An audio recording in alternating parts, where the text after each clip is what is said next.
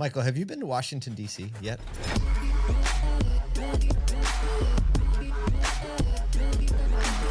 This is Auto Collabs. I have. Yes. What was tell us about your first trip to Washington, D.C. as a now U.S. resident?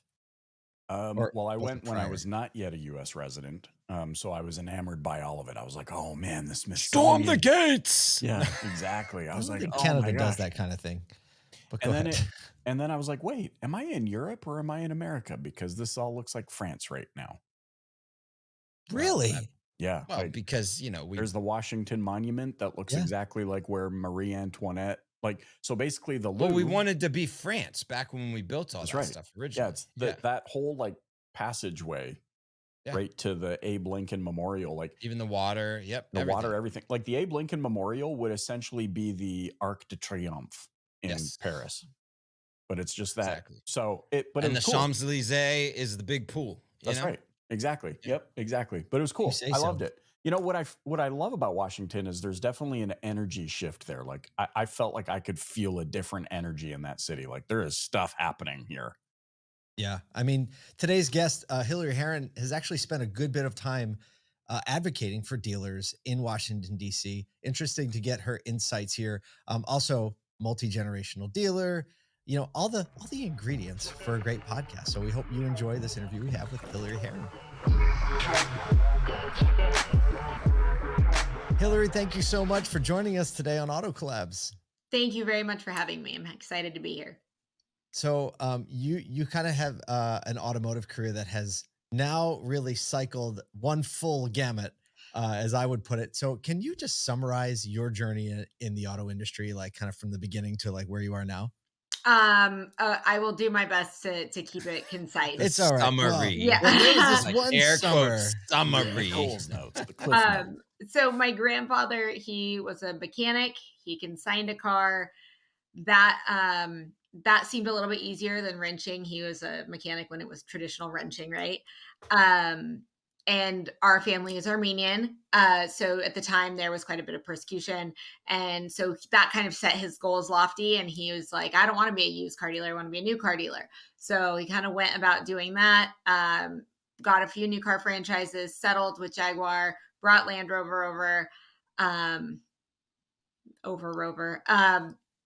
And then already I'm like, sorry, this is clearly a summary. My man there. consigned a car that has a JLR. Yeah. Right. Like clearly a summary. All right. Yeah. So my dad joins the business when he's in college, and my grandfather passed as my dad was acquiring the store from him. So my cousin and I got into the store. I worked there through high school, through college. And yeah, that's the summary. When I was pregnant with my daughter, well, let me take it back just a hitch. In 2015, CNCDA invited me with them to a lobbying trip in Washington, D.C. That kind of changed my life. And I found advocacy so fulfilling, especially because I look a little different than the people that they normally see doing advocacy. You gotta earn your age, your gray hairs, whatever it is, so that you can leave the store and go do things. And I found that it was impactful. And when I was pregnant with my daughter, something like lit on fire in me, and I was elected to the CNCDA board. I ran for the NADA board, eventually was elected to the NADA board, sat on our local Central California new car dealership board. So that's it that's the best I can do at summarizing. Apologies. Yeah. What I would love to hear is go back to that week or whatever it was with the CNCDA. Mm-hmm. And because I think people maybe know in their mind in the dealership world that, okay, we have these ADAs working for us, lobbying for, could be any number of things at any given time. Right now, we know a lot of like EV conversations, affordability, all of that. Franchise laws is happening, right? But when you were there, what were the things that like the CNCDA and you were passionate about that had the impact on you in that week of advocacy? So I don't know necessarily if it was the things that we were talking about as much as it was being able to relate to people and kind of getting a feel for what it was like at the Capitol and why people find it so intimidating. Because once you're in it, once you're there, you're like, why was I so nervous? Now, I'm a natural introvert. I need to be by myself to recharge. All of everything else is learned, right? I'm with you on that one. So, and you learn and you can do it, but then you need your space to recharge. So I was scared out of my mind. But it really built me up to tell myself, like, you may feel out of place and this may really suck and be uncomfortable, but you're doing it, you're going, and you're doing it anyway. And then, Brian Moss, CNCDA's president, he's just a great guy. And his very level personality really kind of helped me. Like he's not bouncing all over the place. So it helped me not get into my own feels. So at the time, I think we were talking about the CFPB and rules that they wanted to implement. And I got a couple people to sign on, which was fantastic to get some co-sponsors.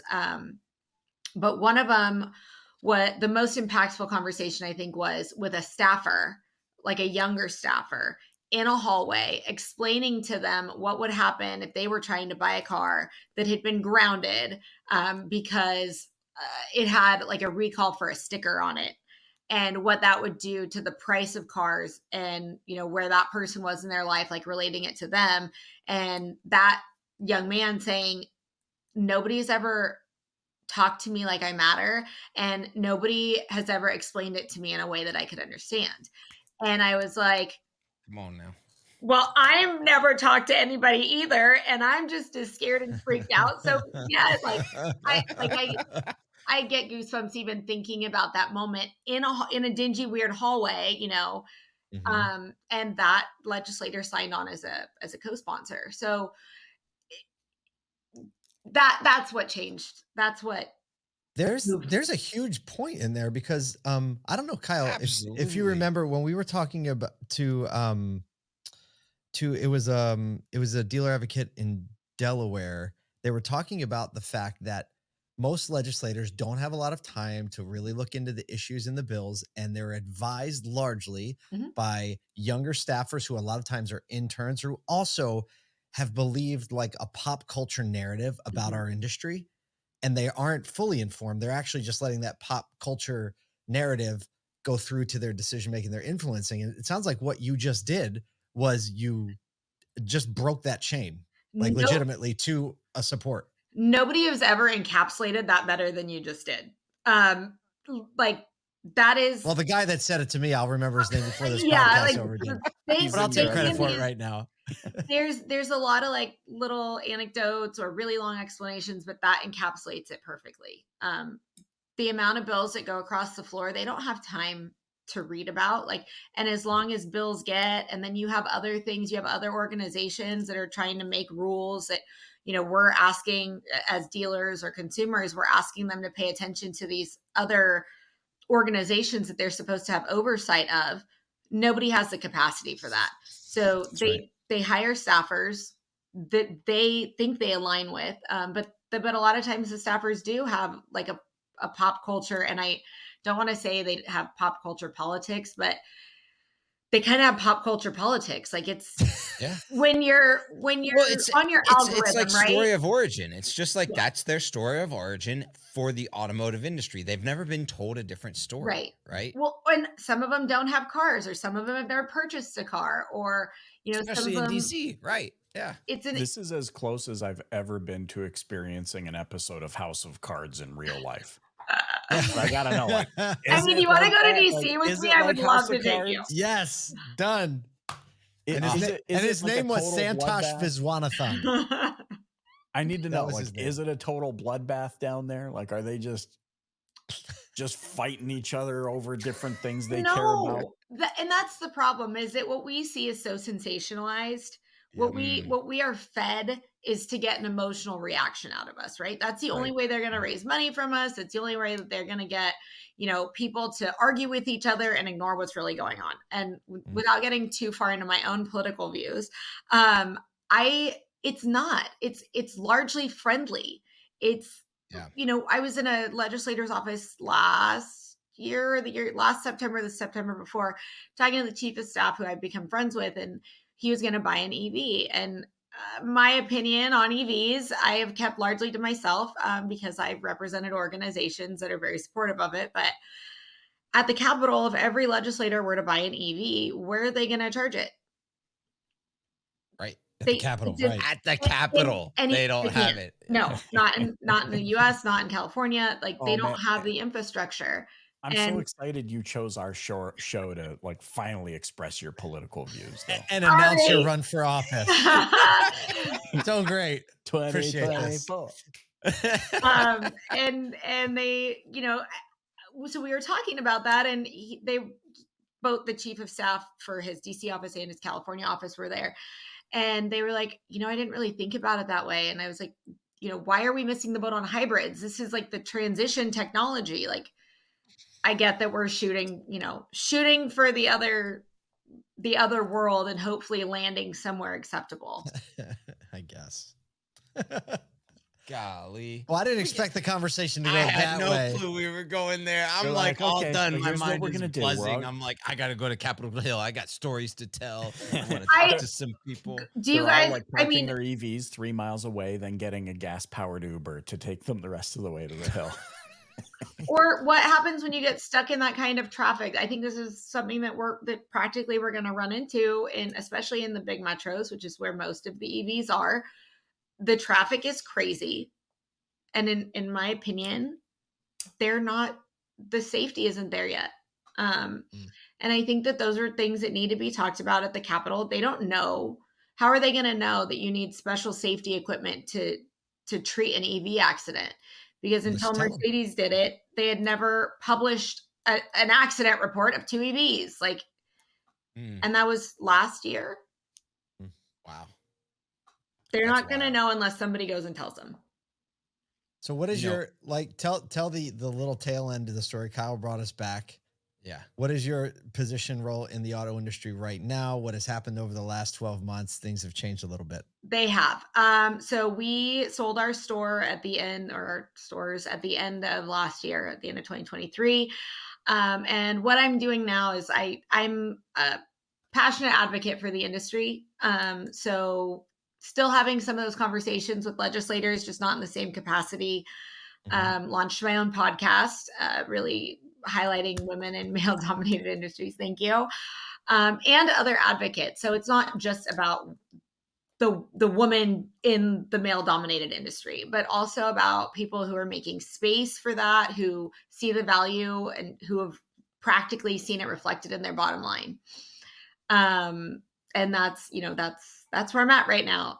What's the podcast called? It's called A Road Less Traveled. It's on YouTube. It's on anywhere you can get your podcast. Spotify, The Road Less Traveled. Mm-hmm. Good. We're going to make sure people find it. A Road Less Traveled. I'm sorry. Look, I already ruined it. That's why people don't give me things to do. Just tell me where to show up.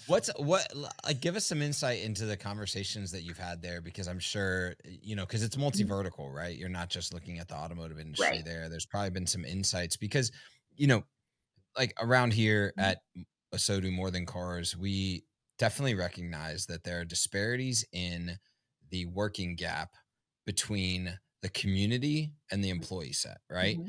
And no matter what that community employee set makeup is, whether it's like, a disparity in the gender gap or the racial gap of the community to the employee set, right? That's like, when we think about it, that's the map for us. What are practical things that you're hearing or seeing that people are doing to shorten that gap? So one of the things that impacted me is I wrote service for a while. I was, in the line, like online, greeting customers, writing actual repair orders, doing the whole thing, interacting with the shop. And it's the people, it's the interaction with your clients, right? Because the goal is to have a happy public. I mean, overall, the overarching goal, a happy mobile public. And when you see the difference when, like, for example, I had one woman walk in and she was visibly uncomfortable And it turns out, you find out later, like somebody had talked down to her and, somebody called her honey. And eventually, like, we had a pretty good relationship and she felt comfortable with the way that I had explained things to her. And I think some of that comes from the comfort, comfort with the people or people that look like you. That's pretty general, a pretty general human behavior. But one of the things that when I was, like said, things changed when I was pregnant with my daughter, I got real hyphy. And real what? I got real hyphy. Hyphy. I've never heard that word in my life. What does that mean? I might have just aged myself quite a bit. They weren't going to ask. Do you guys know? No clue. Okay. I got real jacked up on Mountain Dew. Like I got, hyphy. It could be a West Coast, East Coast thing. It could be. It could be. Put yourself in that bucket. Yeah, that may be it. But one of the goals that I had was to get a female in every department. We had a female parts manager, we had female service writers, we had a female saleswoman, we had, women in the business office. We ended up with a female technician. One of the things that I had expressed to my partner was that that was something that was important to me. And while I was out, for the whole 2 weeks I was out, we had a female mechanic apply or technician apply, and she ended up being the top performer. So being able to like see it and implement it is one thing. Something that I have heard that other dealers are doing that we did not have the opportunity to do is their working hours. They have changed the way that you're expected to work in those roles. They have changed pay plans specifically related to, people with families and how they're paid and what the goals are. I think those are all things that we need to be looking at. Mm-hmm. And I will say that in my experience, what I have seen is that most female mechanics, technicians that are very good have gone independent. So we have to think about the way that we're paying technicians and the way that their working environment is. If they're good enough to go out on their own and be on their own in their own shops, why would we not want to court them into ours like that? Right. Because that's not an easy thing to do. No. Right. If they can handle that, wow. Yeah. We should be able to take care of them. So then we have to look at what's wrong with the environment, because the pay is not that bad, even on a regular pay. The average person in the automotive industry makes what, $107,000 a year or something. Like that's the average, right? So, right. What's wrong with the environment? How do we change that? How do we get more in there? And I know, time and time. I'm sorry to cut you off. No, you're good. Go ahead. I was going to say time and time again, we have seen and have so much exposure to dealers who have really embraced what you're talking about right now, and head and shoulders have better reviews, retention, customer experience, better company culture. Like head and shoulders, it's not even close. Whenever, like episode 2 was at a dealership called Beaver Toyota in Cumming, Georgia, and they have specific intentionality towards exactly what you're talking about. Toyota of Marysville, with another West Coast dealership, 50% of their staff, female throughout the entire dealership. And when you look at what they're able to accomplish from a business sense, from a profit and loss sense, from a retention sense, I mean, it just blows everybody else out of the water. So maybe it is an indicator, like you're advocating for it here, but there are real business cases throughout our industry that prove it's a viable and desirable way forward. I mean, even if you look at the biggest companies in the world, their bottom lines are reflective of it when their boards change. When not just the automotive industry, but think about where you shop. When you walk in, you don't want to feel like a leper. I mean, sorry to the lepers, but you don't want to feel like you're isolated. You want to feel like, oh, this is a place I belong. Just alienated our core audience.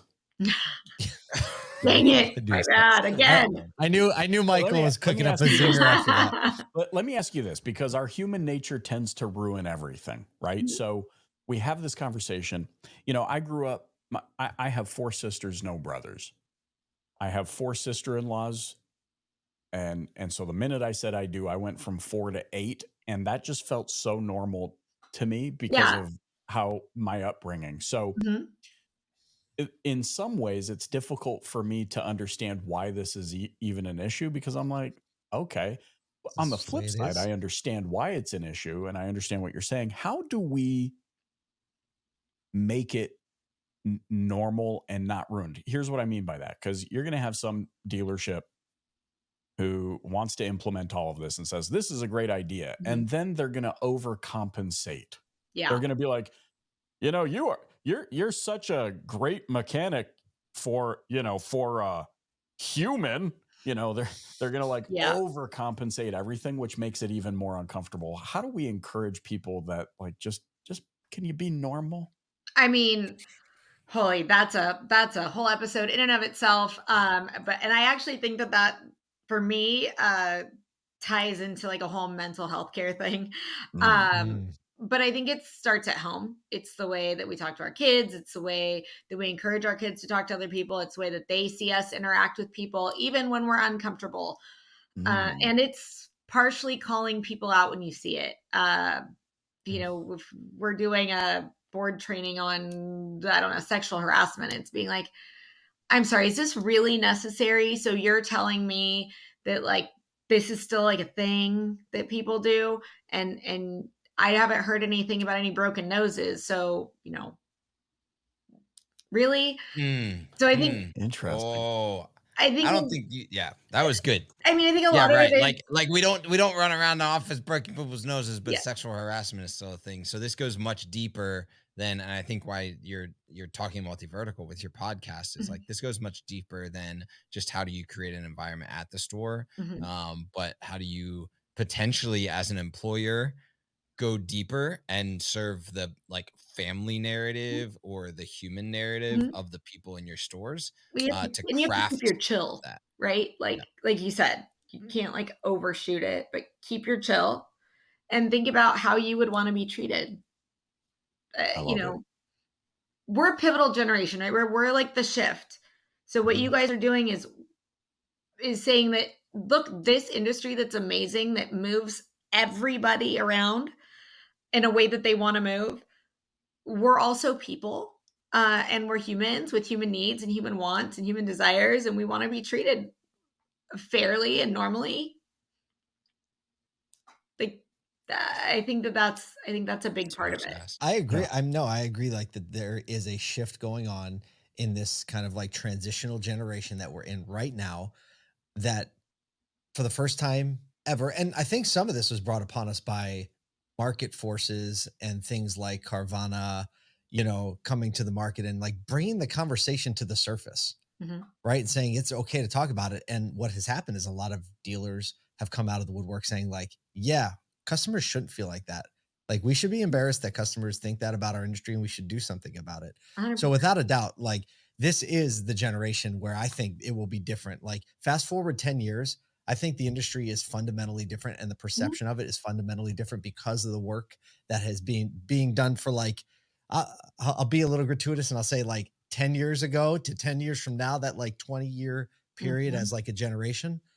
I agree. This is it. 10 years from now, no one will look at the auto industry the same as they have.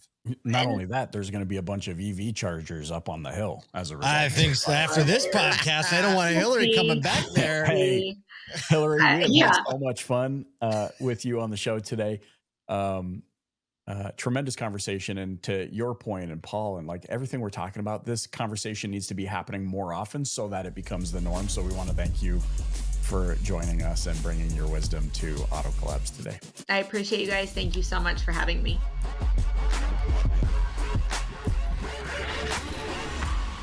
Sometimes when we get into a podcast, about 7 minutes in, all of our minds are blown and we struggle to continue. I feel like that just happened. It was kind of like, whoa, whoa, whoa. Like, how do we not just like show up on Capitol Hill every day with love people more than you love cars shirts, Mm. walking Oh, around with right? I mean, like, that's the narrative. That's the story that she's saying is, oh no, no, no, no. They just don't realize that there's They humanity just and don't that know. there's legitimacy and that there's reasons for why the business is done the way that it's done. And if it gets changed in certain ways, it could seriously impact the actual, real, tangible buying experience that there's still actually a lot of good in, even though we know that there's things to fix and change. Yeah, for sure. It reminded me of our mission at ASOTU More Than Cars, which is to have meaningful conversations about topics that matter, right? Like bad things happen when we don't have conversations. So like, let's actually have conversations. That was just something that resonated with me as I was listening to her talk. Yeah. I think there's a lot of like pockets in the industry with people like Hilary who have not been like proponents, or not proponents, but haven't been like engaged in that level of advocacy. And I think everybody has the opportunity to do that on a regular basis, right? Like you don't have to go to Washington DC to do it. You don't have to be involved with your dealer association to that level. But the reality is we're all campaigning every single day, which is why we put it on a shirt, right? Because I mean, Kyle, when you go to an airport with that shirt on, how many times do you get stopped? 5 times every airport. Like, I love that. I'm aligned with that. I like that. What are you doing? Why is that way? Without a doubt. It's the last time. Where were we? I think it was a trip to the West Coast. Yeah, it was when we're going to NADA, and we were in like one of the little transport vehicles in Vegas, and a couple of women were there, and they said, like, oh, what's that shirt? I realized and I explained the shirt and explained the heart behind it. And I realized like they live like 10 minutes from my house in Syracuse. They were actually on the combination of flights that we were. Oh, man. And I was like, man, my hometown doesn't know about this. And so it just kind of like lit that back up. Like we all advocate every single day for this industry. But, you know, people like Hilary went all the way up to the hill. No pun intended. But we're going to vote for her when she decides to run in 2024. Well, yep. That time again. Hey, on behalf of myself, Michael Cirillo, and Paul J. Daly, we really hope you enjoyed this episode of Auto Collabs as much as we did. See you next time.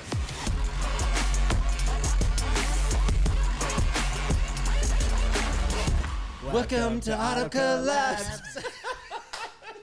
Why are we recording? Are we rolling yet?